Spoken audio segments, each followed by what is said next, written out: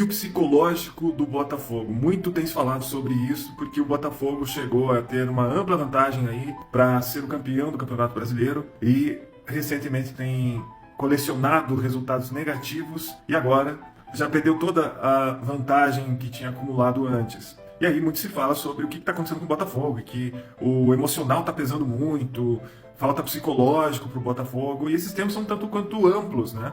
E aí eu achei interessante então falar um pouco sobre a psicologia do esporte, e nesse caso, como que a psicologia pode ajudar. E veja, eu não estou aqui afirmando que esses resultados do Botafogo tenham a ver com a falta de um trabalho psicológico adequado, ou pelo desempenho do psicólogo do esporte que trabalha lá no clube. Não tem a ver com isso. É só explicar um pouco sobre a psicologia do esporte e como que realmente fatores psicológicos podem atrapalhar no desempenho de atletas. A gente sabe que o comportamento humano recebe influência multifatorial, quer dizer, são muitas coisas que podem afetar o comportamento humano. Então, quando a gente vai falar sobre desempenho em esportes como futebol, muitas coisas também podem afetar e fazer com que o jogador, mesmo sabendo o que deveria fazer, como deveria jogar, ele acabe não executando o que se espera dele da melhor forma possível. Por exemplo, um dos fatores que podem afetar o desempenho é a atenção.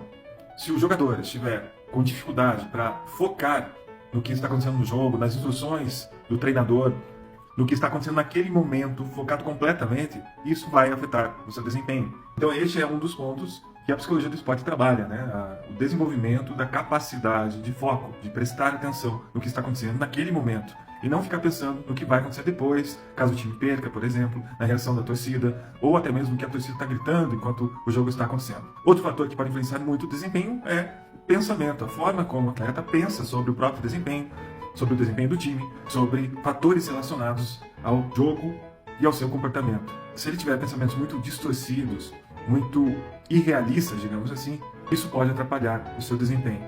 E um outro fator é o emocional em si. O quanto que o atleta está com uma carga emocional adequada para o desempenho. Ele pode estar, por exemplo, muito ansioso, com uma emoção muito forte que vai atrapalhar seu desempenho, ao invés de ajudá-lo. Do mesmo jeito, se ele estiver extremamente relaxado, isso pode também atrapalhar o seu comportamento para que ele siga o que precisa ser feito durante o jogo. Essa excitação fisiológica precisa estar bem modulada, digamos assim, para que o desempenho possa ser o melhor possível. Fora questões de comunicação, por exemplo, né? O treinador pode comunicar algo, passar algumas instruções e isso não ficar muito claro para os atletas e eles não comunicarem, não darem feedback sobre isso, que não está claro, e terem dificuldade, por exemplo, com uma determinada estratégia na prática. Isso é um exemplo simples de algo que pode acontecer, envolvendo a comunicação como um fator aí, que atrapalha.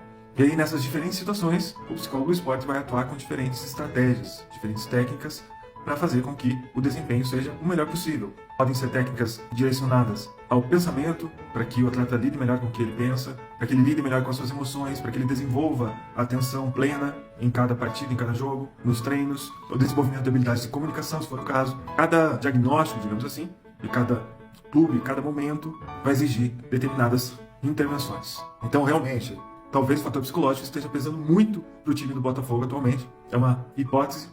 Agora, você imagina um time, um clube que não tenha setor de psicologia do esporte, né? É certeza de que vai ter resultados péssimos? Não, de forma alguma. Mas, certamente, vai deixar de evoluir o que poderia em termos de desempenho, porque vai ficar mais vulnerável a essa série de fatores que podem influenciar o desempenho dos atletas.